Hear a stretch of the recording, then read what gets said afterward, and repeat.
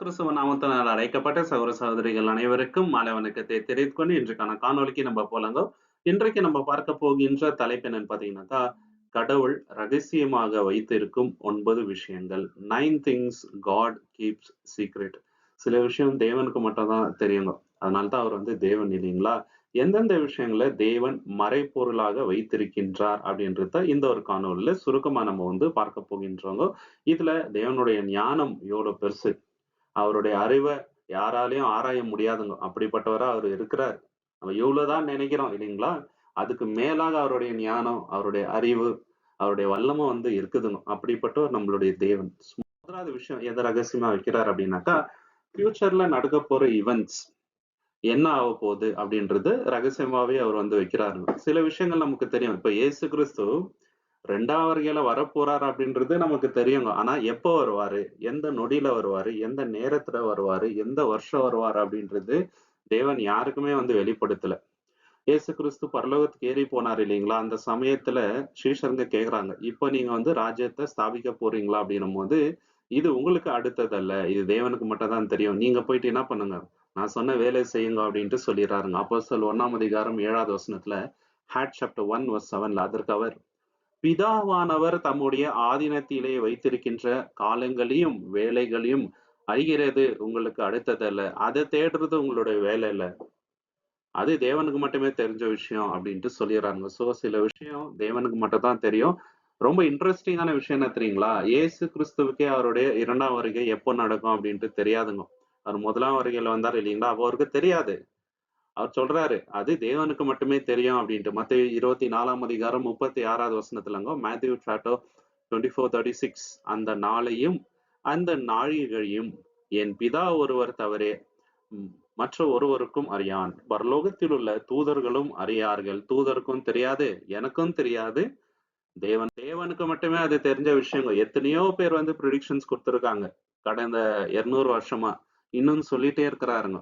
ஆனா அது தேவனுக்கு மட்டும் தான் தெரியுங்க. ரகசியமான ஒன்று. அதுதான் இயேசு கிறிஸ்துவன் சொல்றாரு இல்லைங்களா? தானியேல் 12ஆம் அதிகாரத்துல நம்ம என்ன பார்க்கிறோம்னாக்கா, தானியேலுக்கு சில வெளிப்பாடுகள் வந்துச்சுங்க.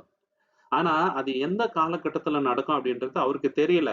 அப்போ அவர் கேட்கிறாருங்க. அப்போ தேவன் என்ன பதில் கொடுக்குறாருன்ட்டு நம்ம பார்க்கலாங்க. தானியேல் 12ஆம் அதிகாரம் 8, 9ல, டானியல் சாப்டர் 12, 8 and 9ல, நான் அதை கேட்டும் அதன் பொருளை அறியவில்லை. நான் அதை கேட்டேன், ஆனா அதோட பொருள் எனக்கு தெரியல. ஆகையால் என் ஆண்டவனே, இவைகளின் முடிவு என்னவாக இருக்கும் என்று கேட்டேன். அதற்கு அவன், தானியேலே, போகலாம். இந்த வார்த்தைகள் முடிவு காலம் மட்டும் புதைபொருளாக வைக்கப்படும், முத்திரிக்கப்படும் இருக்கும். பாத்தீங்களா? முத்திரிக்கப்பட்டு இருக்கும்.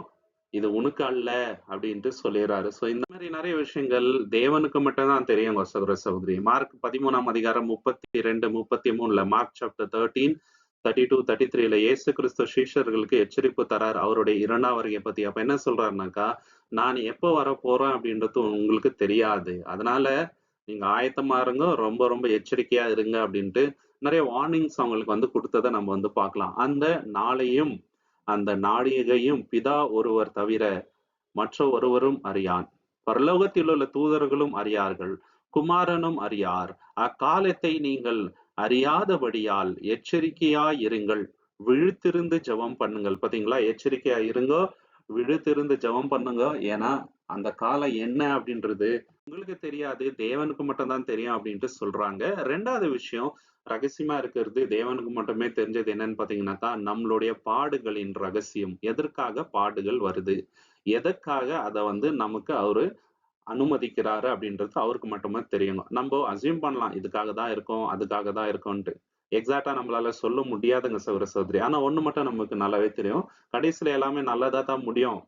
ஆனா எக்ஸாக்ட் ரீசன் எதற்காக அப்படின்றத நம்ம அசியூம் மட்டும் தான் பண்ண முடியும். உபாகமம் 29, 29ல நம்ம என்ன பார்க்கிறோம்னாக்கா, டியூட்டரானமி சாப்டர் 29, 29ல, மறைவானவைகள் நம்முடைய தேவனாகிய கர்த்தருக்கே உரியவைகள், வெளிப்படப்பட்டவைகள் இந்த நியாயப்பிரமாணத்தின் வார்த்தைகளின்படி எல்லாம் செய்யும்படிக்கு நமக்கும் நம்முடைய பிள்ளைகளுக்கும் என்றென்றைக்கும் உரியவைகள். பாத்தீங்களா? எது தேவன் வெளிப்படுத்தி இருக்கிறாரோ அது நமக்கு உரியவைகள். மறைவானது எல்லாமே தேவனுக்கு மட்டுமே உரியது. சீக்ரெட்ஸ் பிலாங்ஸ் டு காட் அப்படின்ட்டு இருக்குதுங்க. இப்ப யோபோட வாழ்க்கையை நம்ம பார்க்கும்போது அவருடைய வாழ்க்கையில பாடுகள் வந்துச்சு. தேவன் மேல அவர் முழுமனதா நம்பிக்கை வைத்தாரு. ஆனா எதற்காக பாடுகள் வந்துச்சு? அந்த சூழ்நிலை என்ன அப்படின்றது அவருக்கு புரியல. இது யோபு 23ஆம் அதிகாரம் 10வது வசனத்துல நம்ம பார்க்கலாம். ஜோப் சாப்டர் 23:10. ஆனாலும் நான் போகும் வழியை அவர் அறிவார். அவர் என்னை சோதித்த பின் நான் பொன்னாக விளங்குவேன். பாத்தீங்களா? தேவன் சோதிக்கிறாரு. நான் பொன்னாக விளங்குவேன் அப்படின்றது அவருக்கு தெரியுது. ஆனா எக்ஸாக்ட்டா எதற்காக இது நடந்துன்னு இருக்குது அப்படின்றது அவரால சொல்ல முடியல. ரோமர் 11ஆம் அதிகாரம் 33ல தேவனுடைய நியாய தீர்ப்புகளை நம்மளால ஆராய்ச்சி செய்து பார்க்க முடியாது அப்படின்ட்டு இருக்குதுங்க. ரோமன் சாப்டர் 11 verse 33ல தேவனுடைய ஐஸ்வரம், ஞானம், அறிவு என்பவைகளின் ஆழம் எவ்வளவாய் இருக்கிறது. அவருடைய நியாய தீர்ப்புகள் அளவிடப்படாதவைகள், அவருடைய வழிகள் ஆராயப்படாதவைகள். பாத்தீங்களா? அவருடைய வழியையும் யாரும் அறிய முடியாது, அவருடைய நியாய தீர்ப்பை யாருமே அளவிட முடியாது. அவருடைய ஐஸ்வர்யம், ஞானம், அறிவு இத யாருமே இவ்வளவுதான் அப்படின்ட்டு அவரோட ஆழத்தை பார்த்த யாரும் பார்த்தது இல்லைங்க சகோதர சகோதரி. அது ரகசியமாவே இருக்கிறது.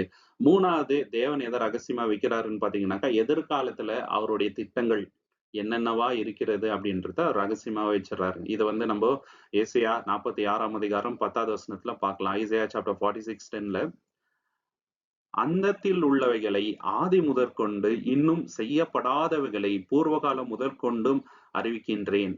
என் ஆலோசனை நிலை நிற்கும், எனக்கு சித்தமானவைகள் எவைகளோ செய்வேன் என்று சொல்லி. பாத்தீங்களா? அவருக்கு என்ன சித்தவோ அதை தான் இன்னைக்கு வரைக்கும் அவர் செய்யறாருங்க. அதை யாராலையும் புரிஞ்சு கொள்ள முடியாதுங்க.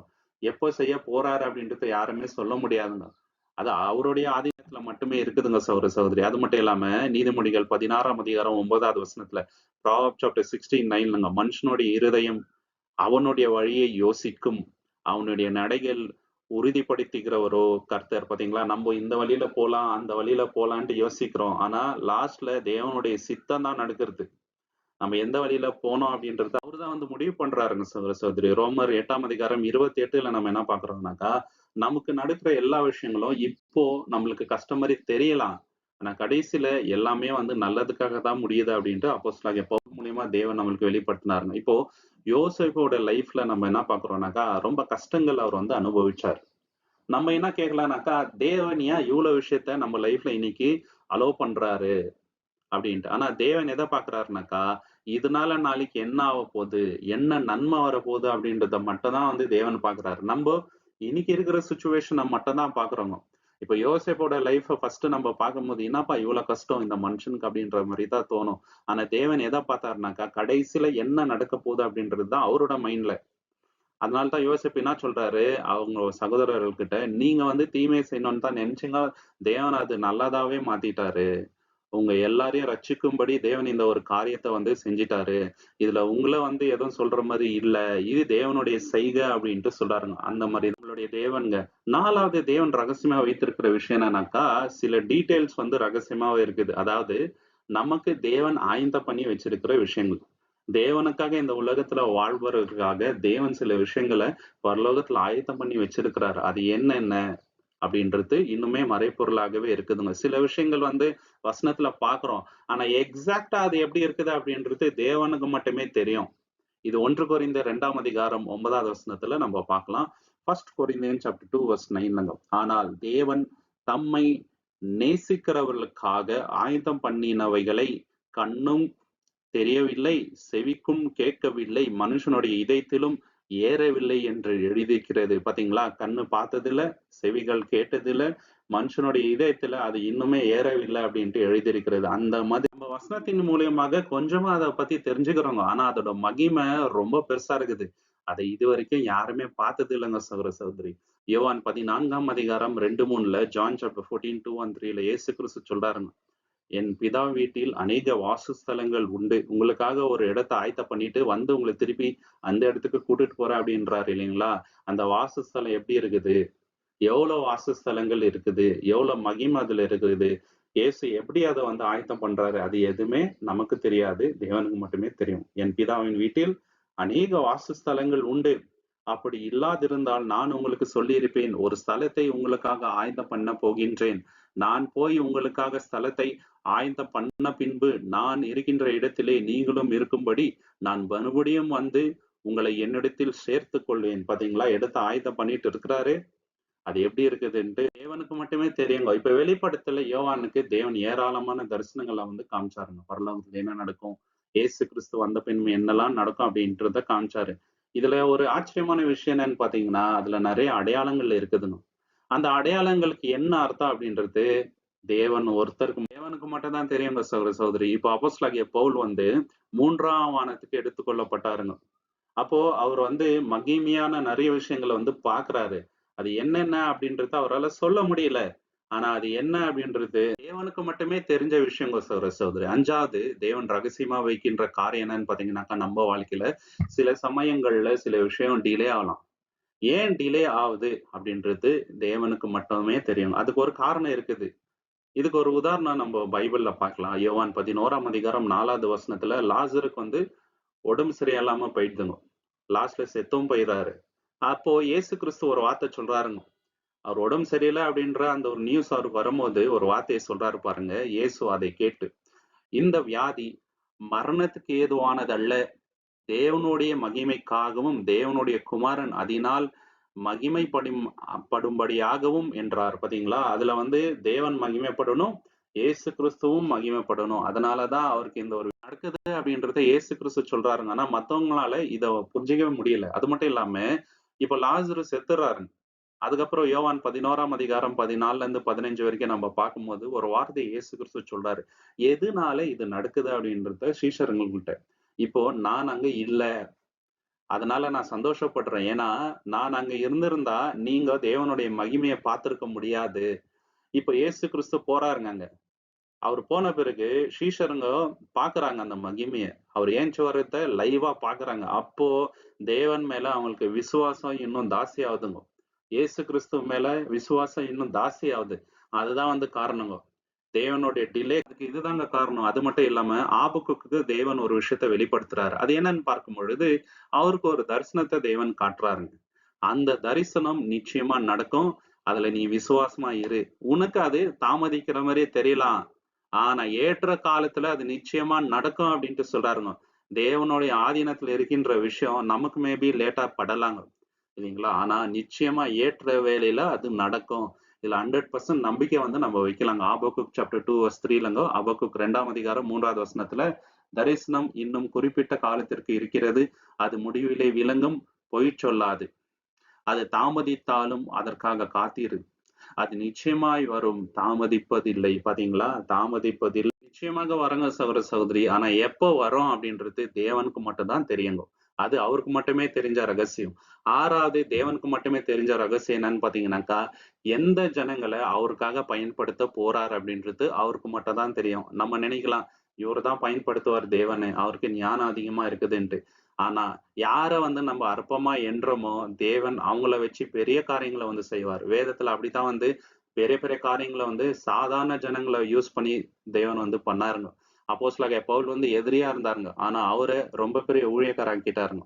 இந்த மாரி நம்ம சொல்லிட்டே போலாம். 1 கொரிந்தியர் 1ஆம் அதிகாரம் 27வது வசனத்துல 1 கொரிந்தியன் சாப்டர் 1 வெர்ஸ் 27ல உலகம் முட்டாள்தனம் என்று கருதுபவர்களைக் கொண்டு ஞானிகளையும் பலவீனமானவற்றைக் கொண்டு பலமானவைகளையும் வெட்கப்படுத்தும்படி தேவன் தெரிந்து கொண்டார். பாத்தீங்களா? எப்படிப்பட்டவங்கள தெரிஞ்சு கொள்றாருங்க.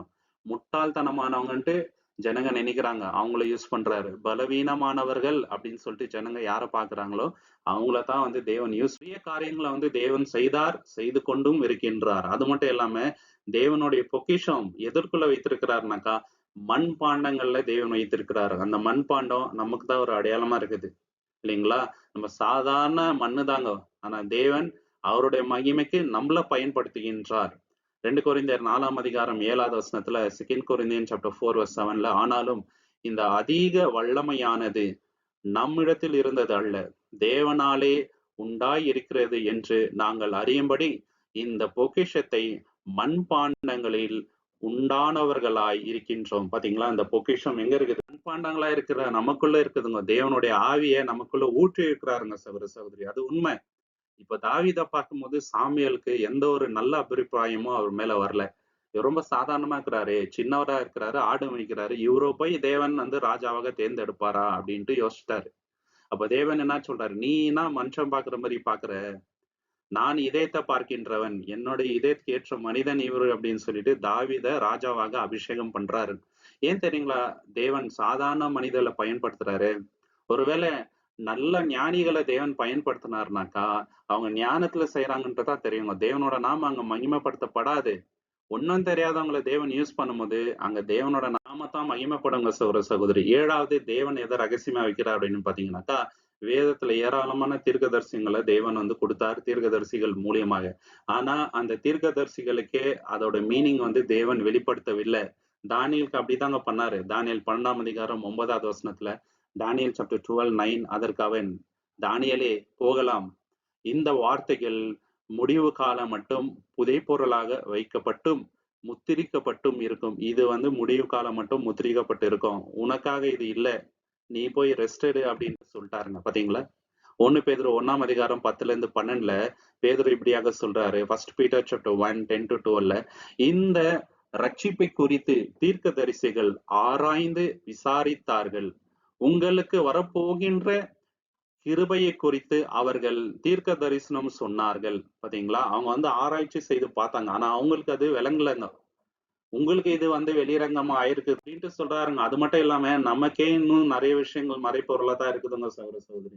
வெளிப்படுத்தல் 5ஆம் அதிகாரம் 4-5 வசனத்துல, ரெவலேஷன் சாப்டர் 5, 4 and 5ல, எவரும் அந்த புத்தகத்தை திறந்து பார்க்க தகுதியற்றவர்களாக இருந்ததை கண்டு யோவான் மிகவும் அழுந்தார். பாத்தீங்களா? யோவானுக்கு அழுகை வந்தது. யாருக்கும் தகுதி இல்லையே அந்த புஸ்தக சூரியல ஓபன் பண்றதுக்கு. அது முத்திரிக்கப்பட்டு இருக்குது. அந்த முத்திரையை ஓபன் பண்றதுக்கு யாருக்குமே தகுதி இல்லையே அப்படின்ட்டு. நமக்கு தகுதி இல்ல தாங்க. தகுதி உள்ளவர் ஒரே ஒருத்தர் தான், இயேசு கிறிஸ்து மட்டும்தான். ஆனால் மூப்பர்களில் ஒருவர் அவரிடம் அடவேண்டாம் என்றும், யூதா கோத்திரத்தின் சிங்கமும் தாவீதின் வேருமானவர் அதை திறக்க வெற்றி பெற்று விட்டார் என்று கூறினார். பாத்தீங்களா? அதை திறக்க வல்லமையுள்ளவர் இயேசு கிறிஸ்து ஒருத்தர் தான். நமக்கும் தீர்க்க தரிசனங்கள்ல ஏராளமான விஷயங்கள் இன்றைக்கு வரைக்கும் புரியலங்க. அது தேவனுக்கு மட்டுமே ரகசியமா இருக்குது. 8வது தேவன் ரகசியமா வைத்திருக்கிற விஷயம் என்னன்னு பாத்தீங்கன்னாக்கா, தினசரி வாழ்க்கையில நம்ம ஏராளமான முடிவுகள் எடுக்கிறோம். அந்த முடிவுனால என்ன நமக்கு நடக்கும்? அதோட அவுட்கம் என்ன? எக்ஸாக்ட்டா எப்படி அது முடியும் அப்படின்றது தேவனுக்கு மட்டுமே தெரியுங்க. தேவனுக்கு தெரிஞ்ச விஷயம் என்னன்னு பாத்தீங்கன்னாக்கா, இனியிலிருந்து இன்னும் 1 வருஷத்துக்கு நம்ம என்னென்ன பண்ணுவோம்? சாகுற வரைக்கும் நம்ம என்னெல்லாம் செய்வோம் அப்படின்றது ஆல்ரெடி அவருக்கு தெரியும். இல்லைங்களா? அவர் வந்து முடிவ தொடக்கத்திலே எழுதுறவருங்க. அது அவருக்கு மட்டுமே தெரிஞ்ச விஷயங்க. நீதிமொழிகள் 16ஆம் அதிகாரம் 9வது வசனத்துல, ப்ராவெர்ப்ஸ் சாப்டர் 16:9ல, மனுஷனுடைய இருதயம் அவனுடைய வழியை யோசிக்கும். அவனுடைய நடைகளை உறுதிப்படுத்துகிறவரோ கர்த்தர். பாத்தீங்களா? நம்ம இந்த வழியில போலாம், அந்த வழியில போலாம்னு நினைக்கிறோம். லாஸ்ட்ல அதோட முடிவு என்னவா வரும்? நம்மளுடைய ஸ்டெப்ஸ வந்து உறுதிப்படுத்துறது தேவன் தாங்க. நீதிமொழிகள் 19ஆம் அதிகாரம் 21ல கூட இத பத்தி நம்ம பார்க்கலாம். ப்ராவெர்ப்ஸ் சாப்டர் 19:21, மனுஷனுடைய இதயத்தில் பல யோசனைகள் உண்டு. கர்த்தருடைய ஆலோசனையே நிலைநிற்கும். பாத்தீங்களா? ஏராளமான யோசனை நம்ம மனசுல இருக்குது. இத பண்ணலாம், அத பண்ணலாம் அப்படின்ட்டு. லாஸ்ட்ல எது நிலைநிற்குங்க? கர்த்தருடைய யோசனை லைஃப்ல நிலைநிற்குங்க. அப்போஸ்தலனாகிய பவுல் லைஃப்ல கூட இது நடந்தது. அவரு என்ன நினைச்சாருனாக்கா, இந்த ஊர்ல போயிட்டு ஊழியம் பண்ணலாம் அப்படின்னு நினைச்சாரு. ஆனா பரிசுத்த ஆவியின் மூலியமா அவருக்கு ரீடைரக்ஷன் கிடைக்குதுங்க. இந்த பக்கம் போவாத, இந்த பக்கம் போ. மாசிடோனியாக்கு போ அப்படின்ட்டு சொல்றாருங்க. தேவனுடைய பிளானு எப்போதை விட பெருசா இருக்குங்க, பெஸ்டா இருக்குங்க. அதனாலதான் என்ன சொல்றாருங்க, என்னோட யோசனைகள் உன்னோட யோசனைகள் அல்லவே. அவருடைய யோசனைகள் எப்போதுமே நம்மளோட ரொம்ப ரொம்ப மகத்துவமா இருக்குங்க சகோதரி. 9வது தேவனுக்கு மட்டுமே தெரிஞ்ச விஷயம் என்னன்னு பாத்தீங்கன்னாக்கா, சில ரகசியமான விஷயங்கள் அவர் வைத்திருக்கிறாருங்க. அது அவருக்கு மட்டும் தான் தெரியுங்க. சீக்ரெட்டான திங்ஸ். இந்த உலகத்தை எப்படி படைத்தார்? யோப பார்த்து கேள்வி கேட்கிறாரு இல்லைங்களா? நான் இந்த உலகத்தை அஸ்திபாரப்படுத்தும் போது நீ என்ன பண்ணிட்டு இருந்த அப்படின்ட்டு அடுக்கடுக்கா சில கேள்விகள் கேட்கிறாருங்க. அப்போ யோபு வாயில வந்து கை வச்சுக்கிறாரு. அதெல்லாம் தேவனுக்கு மட்டும் தான் தெரியுங்க. எந்த ஒரு சயின்டிஸ்டாலையும் அதுக்கு பதில் கொடுக்கவே முடியாது. ஆர்கானிக்கா எல்லாமே நடக்குதுங்க இந்த உலகத்துல. அதெல்லாம் தேவனுக்கு மட்டும் தான் தெரியும். எப்படி அவர் பண்றாரு அப்படின்னு சொல்லிட்டு.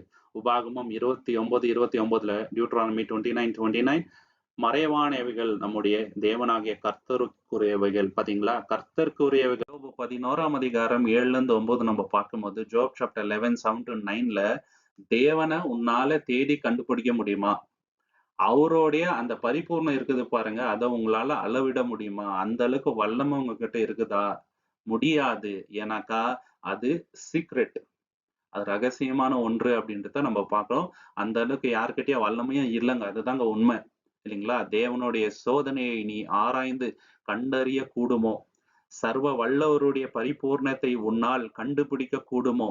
அது வானத்திலும் உயர்ந்தது. ஏன்னா வானத்தை விட உயரமானது.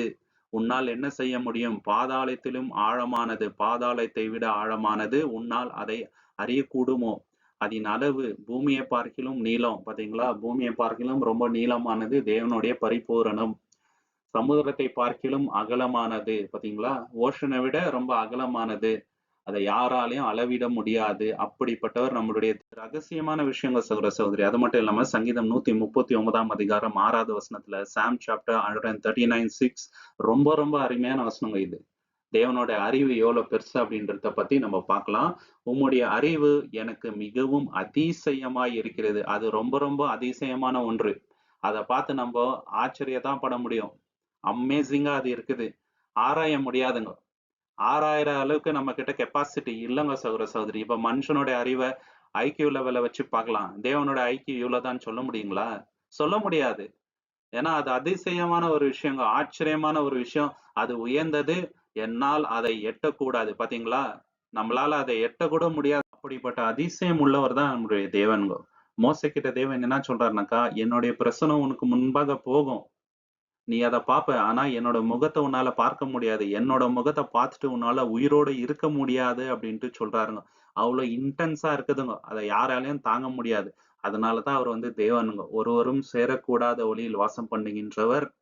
பயங்கரமானவர் நம்மளோட தேவன். தேவன் தாமே இந்த வசனங்களை ஆசீர்வதிப்பாராக. உங்களுக்கு இந்த காணொளி பிடிச்சிருந்தா லைக் பண்ணுங்க, ஷேர் பண்ணுங்க, சப்ஸ்கிரைப் பண்ணுங்க. தேவனுடைய சித்தம் இருந்தால் கூடிய சீக்கிரம் இன்னொரு காணொளியில நம்ம எல்லோருமே சந்திக்கலாம். நீங்கள் கொடுக்கின்ற எல்லா ஆதரவிற்கும் நன்றிகள். Thank you so much. Amen.